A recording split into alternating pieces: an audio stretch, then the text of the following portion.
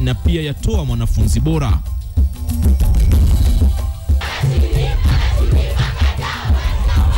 Sherehe za tanda kwa wanafunzi waliofanya vyema kwenye matokeo ya mtihani wa KCSE.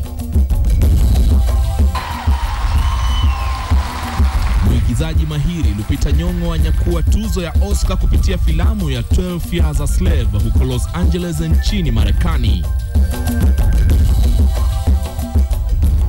Na michezoni, wanariadha wa mbio za nyika waendelea kujinoa makali kwa mashindano ya nchini Uganda.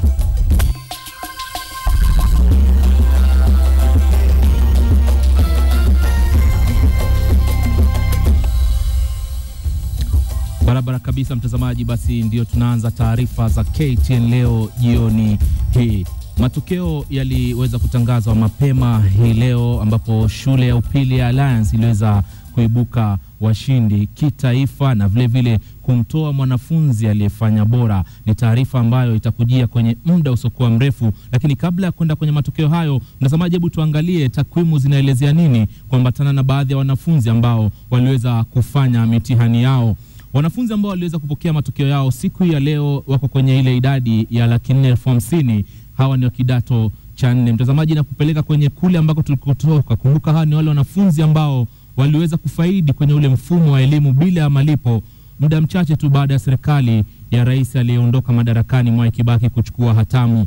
Wakati huo basi pia kulikuwa na wanafunzi 727,054 ambao walikalia darasa la 8. Hapa ilikuwa ni mwaka 2009, lakini idadi ambao waliweza kupata matokeo yao na kukalia mtihani wa kidato cha 4 ni 450,000. Idadi hii ilitokana na wanafunzi zaidi ya milioni 4.5. Kumbuka hawa ni wanafunzi ambao walianza darasa la kwanza mwaka 2002. Kumbuka nilikuelezea kwamba rais aliondoka Mwai Kibaki alianzisha ule mfumo. Ni kwa sababu gani labda hatukuweza kuwafikisha hawa wanafunzi ambao walikuwa tayari wako kwenye orodha hiyo? Kwanza kabisa inasemekana kulikuwa na uhaba wa fedha.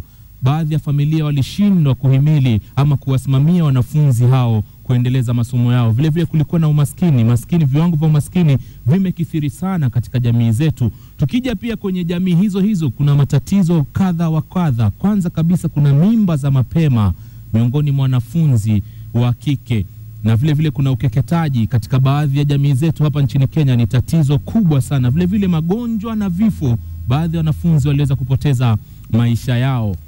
Basi katika wakati huo tena kwenye huu mwaka 2013, baadhi ya wanafunzi waliofanya vyema zaidi, hii ni kulingana na hotuba iliyotolewa leo, 70% walikuwa ni wavulana, 30% wakiwa ni wasichana. Hapa mtazamaji, wazi kwamba ile taswira ya msukumo ule kumpeleka mtoto wa kike haijazaa matunda yoyote. Ni sababu gani basi kuzopelekea kutowiana kwa idadi ile iwe 50 kwa 50? Kwanza kabisa kuna umaskini, ndoa za mapema kama nilivyokutajia pale awali, mimba za watoto vile vile, na kuna wanaume ambao wanapewa kipaumbele sana katika masomo ya sayansi na kumwacha ule mtoto wa kike, na vile vile uhaba wa mikakati ya kusaidia wanawake ama wasichana wale ambao wanaopata mimba na kujifungua kurejea shuleni. Ni baadhi ya mikakati ambayo haipo katika asasi nyingi za elimu ya umma hapa nchini Kenya. Ni baadhi tu ya sababu ambazo tuliweza kuziona katika kutowiana kwa ile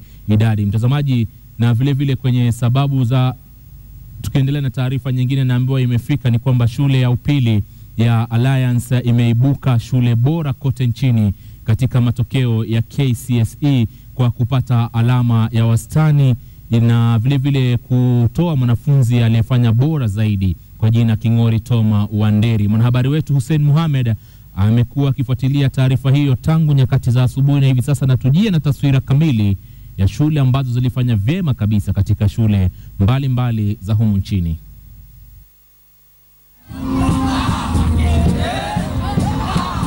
Ama kwa hakika achanikae kwenye mpili hafinja, shule ya upili ya Alliance ilidhihirisha bayana kauli hiyo. Vifijo na chereko ndio litukaribisha katika shule hii iliyotawazwa kuwa bora kote nchini. King'ori Tom Wanderi ni mwanafunzi bora aliyepata alama ya wastani ya 87.1. I want to pursue petroleum and chemical engineering. Why? just so that I can be among the forerunners who will give Kenya its own reliable source of energy. We don't actually have to depend on other countries to get things such as petroleum and its other products. Katika kaunti ya Nakuru, shule ya upili ya Kabarak ilitoa mwanafunzi wa kike bora nchini, na hata hapa mahanjam na mbwembe zilinoga, wengi wanafunzi wakifurahia ushindi wa shule yao ambao ilikuwa ya pili nchini. I want to pursue medicine. Yeah.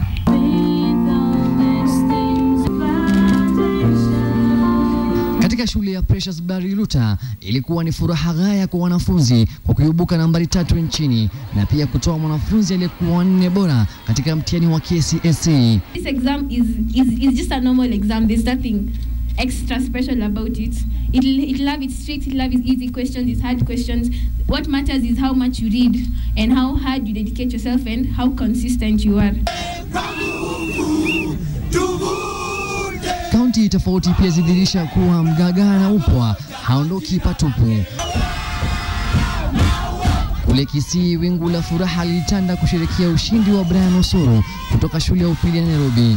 Venive, hata kama utafanya vyema wakati wa kwanza, kujaribu tena na mwishowe utafuzu. Kaunti ya Samburu iliyoongoza kwa kaunti bora haikubaki nyuma. Wanafunzi walitokeza kwa furaha isiyokuwa na mizani. To fulfill my dream of becoming a surgeon in future. Sherehe sawia na hizi zilidhihirika katika kaunti ya Mombasa, ambao licha ya kutofanya vyema, baadhi ya shule zilizopata matokeo mema zilikuwa na kila sababu ya kujivunia matokeo yao. Kupitia taswira kama hizi ni changamoto kwa wanafunzi, na sasa ni jukumu lao, kwani baada ya dhiki huwa ni faraja. Hussein Mohamed, KTN leo, Nairobi. Mtazamaji, kaunti za pwani kwa sasa bila shaka zinasononeka, kwani kwa mara nyingine tena zimejipata miongoni mwa nafasi 10 za mwisho katika kaunti zote humu nchini. Ni wanafunzi 2 pekee ambao walijipata miongoni mwa wanafunzi 100 bora nchini. Jinsi mwanahabari John Juma anavyoripoti, matokeo duni ni changamoto kwa wadau wote, wakiwemo wanafunzi, wazazi, walimu, viongozi na hata asasi zote husika. Katika shule Aga Khan Mombasa ni sherehe za kufaulu kwa Abbas Naim aliyekuwa nambari 15 kote nchini na nambari 1 katika kaunti ya Mombasa. Ni raha zaidi hiyo. Unajua ukiwa mara ya kwanza una ile pressure kufanya tena. Sasa ukifanya tena ni raha zaidi hiyo. Katika shule ya Memon ni shangwe kwa matokeo mema ya msichana Zawad aliye miongoni mwa wasichana bora katika kaunti. Nataka kufanya kitu ambacho kitanisaidia kuwasaidia watu wa jamii. Lakini sherehe hizo ni sawa na tone la maji katika jangwa katika pwani ya Kenya, kwani kaunti zote 6 zimeshika mkia miongoni mwa kaunti zote 47. Tana River ikiwa ya mwisho, Lamu nambari 45, Kwale nambari 42, Kilifi 41, Mombasa 39, huku kaunti bora ikiwa Taita Taveta katika nambari 38. Elimu ni especially kwa vijana. So kuna vijana wengine katika nchi yetu hawezi pata elimu nzuri kwa sababu hawana madarasa. Hakuna hata shule moja ya daraja ya kaunti kutoka pwani iliyojipata miongoni mwa shule 100 bora kote nchini. The parents actually need to not just look at the child as somebody who is supposed to go to school, but what is he supposed to do in school? No compromise on that. Katika daraja ya shule za kitaifa, shule ya wasichana Mama Ngina Mombasa imeshika nafasi ya 53, huku nyingine zikisalia nambari za 60, Shimulatewa ikifunga orodha ya 68 kati ya shule 74. When you compromise and you believe that the child can just be in school as long as he studied, it's not enough. Kwa zamani watu walikuwa wakiperform vibaya, mambo ni tofauti sasa. This is a whole different leadership and different style of doing things, so we are expecting and we are seeing results. Katika orodha ya shule 100 bora kote nchini ni shule 2 tu za pwani zilifaulu, shule ambazo ni za kibinafsi, Lights Academy na Sheikh Khalifa bin Zaid kutoka Mombasa. Matokeo haya yanazua swali, lipi la mno linalolemaza elimu pwani? everyone must fail. No one has ever been successful from birth to death. So failure must be there, but take it positively and take it as an inspiration to succeed in life. Kibarua na swali kuu ni kwa wadau husika, wazazi, wanafunzi, walimu, viongozi na asasi nyinginezo. Ni mbinu zipi watakazotumia kuimarisha viwango vya elimu Pwani? John Juma, KTN, Mombasa. Tunarejelea taarifa yetu hapo awali. Baraza la mitihani nchini NEC limebaini kwamba viwango vya somo la Kiingereza kwenye matokeo ya mitihani ya KCSE yaliyotangazwa hii leo vimeshuka kwa kiasi kikubwa. Waziri wa elimu Profesa Jacob Kaimenyi aliyetangaza matokeo hayo, huku akiwashauri vijana kuepuka njia za mkato wanapoandika na kuzungumza lugha ya Kiingereza jinsi wanavyofanya wanapoandika arafa za simu, yani SMS. Kaimenyi aidha amewataka wazazi na watoto ama wanafunzi kutumia taasisi zote za elimu ya juu kutokana na uhaba wa nafasi zilizopo katika vyuo vikuu humu nchini. Huyo hapa Franco Tieno na mengi zaidi. Wadau wote wa elimu nchini walikusanyika katika ofisi za baraza la mitihani nchini kupokea matokeo ya watahiniwa wa mwaka jana kidato cha 4. Waziri wa elimu Profesa Jacob Kaimenyi kwenye hotuba yake alisikitishwa na viwango vya somo la Kiingereza, kwani awamu hii watahiniwa wamepata jumla ya wastani wa 27.47 kulinganishwa na mwaka 2012 ambapo wastani huo ulikuwa wa 37.68. Mobile phones and computers which have done away with the need to know how to construct sentences. Have you seen some of the text messages we sent? Unbelievable. Udanganyifu kwenye mitihani hiyo haikuepukwa. A total number of 3,353 candidates, representing a percentage of 0.75%, who sat for the exams were involved in one form of irregularity or another.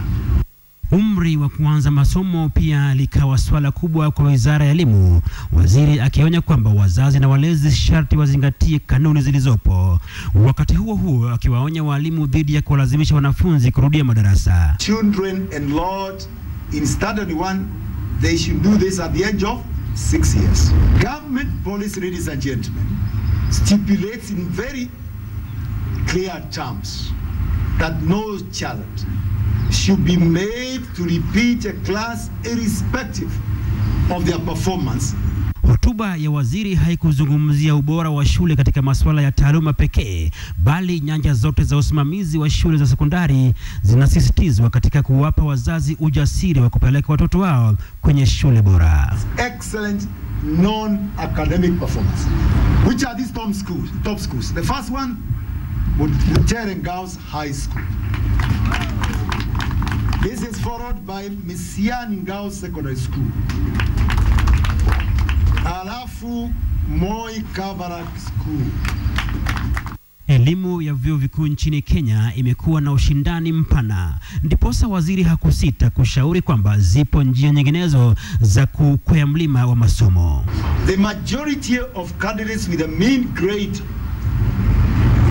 below C+, and those even with the C+ and above, who will not be absorbed in our universities or high institutions, both private and public, can be absorbed in many middle level colleges. And this pathway can take them from certificate, diploma, higher diploma, and degree programs. There's so much you can do. If you decide to start from certificate, then you go to a diploma and progress. You might find yourself at a place that is much better than others who just got the A and decided to sit on it. Kinyume cha somo la Kiingereza, somo la Kiswahili lilionyesha maendeleo makubwa kwa kupanda kutoka wastani wa 35.4 mwaka 2012 hadi wastani 41.6 mwaka jana. Watahiniwa wa KCSE mwaka uliopita 2013 wamepokea matokeo yao hii leo. Shule kadhaa zimeonyesha kwamba kweli zinapaswa kuitwa shule za taifa. Kwa mfano, shule ya Vihiga ilionyesha matokeo ya kufana sana. Wakati huo swali ibuka ni kwamba vigogo wa kitambo wako wapi? Starehe Boys Center ndio swali langu. Jina langu ni Franco Tieno wa KTN leo, Nairobi. Naam, asante sana Franco Tieno. Mtazamaji, na lifuatalo ni jedwali na orodha ya shule bora, vile vile baadhi ya majina ya wanafunzi ambao walifanya vyema kwenye matokeo hayo.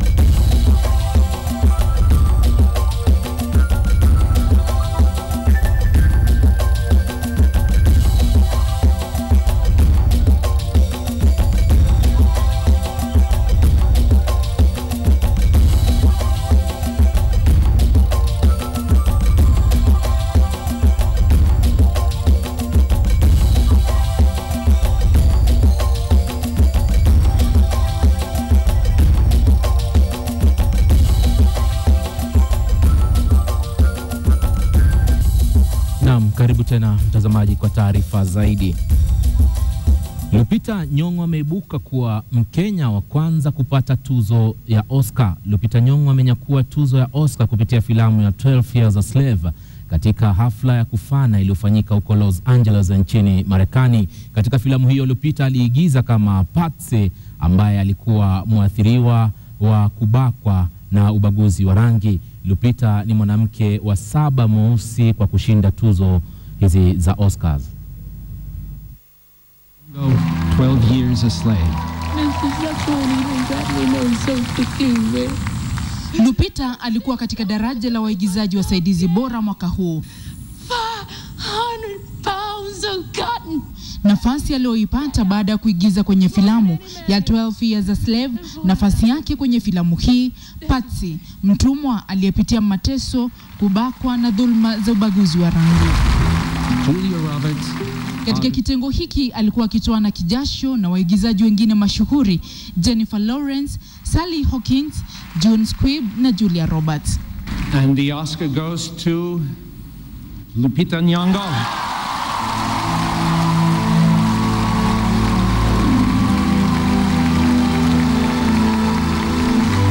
Kutokana na ushindi huu, Lupita sasa anajivunia kuwa mwanamke wa kwanza Mwafrika kuteuliwa katika tuzo hili, Mkenya wa kwanza kuteuliwa katika tuzo hili, mwigizaji wa kwanza Mwafrika kuwahi kushinda katika tuzo hili, na mwanamke wa 6 mweusi kushinda tuzo katika kitengo cha mwigizaji bora msaidizi. Mwanamke wa kwanza mweusi kuwahi kushinda tuzo hili ilikuwa ni Hattie McDonald aliyepokea tuzo mwaka 1940.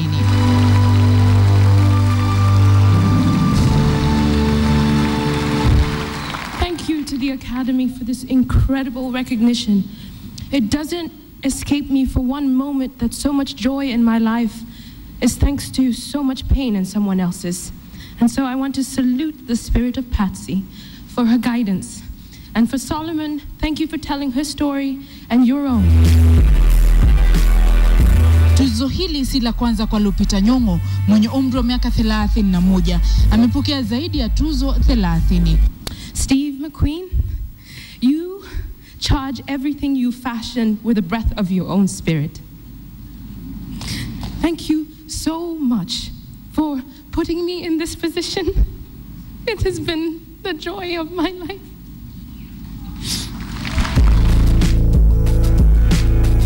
Ushindi wake ulipokelewa kwa mbwembwe za kila aina kote ulimwenguni. Na mambo hayakuwa tofauti katika kijiji cha Rata wanakoishi familia, jamaa na marafiki wa Lupita Nyong'o. Lupita Nyong'o amepita mpaka Uhuru Kenyatta amefurahi taba. Niko na furaha moyoni kama Sangazi. Najua wakati ikija atanisaidia. Naam, karibu tena mtazamaji. Wiki mbili zijazo timu ya Kenya katika mchezo wa mbio za nyika italiwakilisha taifa kwenye mashindano ya barani jijini Kampala nchini Uganda. Kenya pia itakuwa ikiwania kuhifadhi taji la timu bora katika mbio hizo. Mwanahabari Victor Ogale na taarifa zaidi. Mbio za nyika za barani ziliandaliwa mara ya kwanza mwaka wa 2011 nchini Afrika Kusini. Kenya iliweza kushinda dhahabu katika vitengo vyote vya kinadada, wanaume na chipukizi. Mfano huo uliigwa mwaka wa 2012 nchini Afrika Kusini ambapo Uganda ilishinda fedha huku Tanzania ikituzwa shaba. Mwaka huu timu hii inatarajia kufanya vyema. Tumeongeleshwa na coaches ile tactics tutatumia tukifika kule Uganda.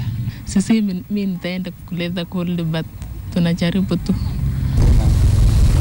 Kikosi cha kinadada kiko na bingwa wa dunia wa mbio hizo Faith Kipyegon Chepngetich pamoja na Janet Kisa aliyemaliza wa 6 mwaka jana jijini Bydgoszcz nchini Poland wakati wa mashindano ya dunia.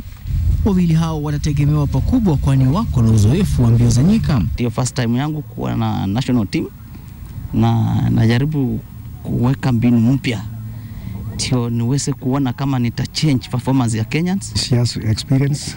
Also we have Kisa was in Putumbria. He was in Bydgoszcz. So we have a quite number of them who have been in cross country. So it's a plus for our team. Mbio hizo zitaandaliwa katika uwanja wa Kololo Ceremonial Grounds. Victor Ogale, KTN Michezo.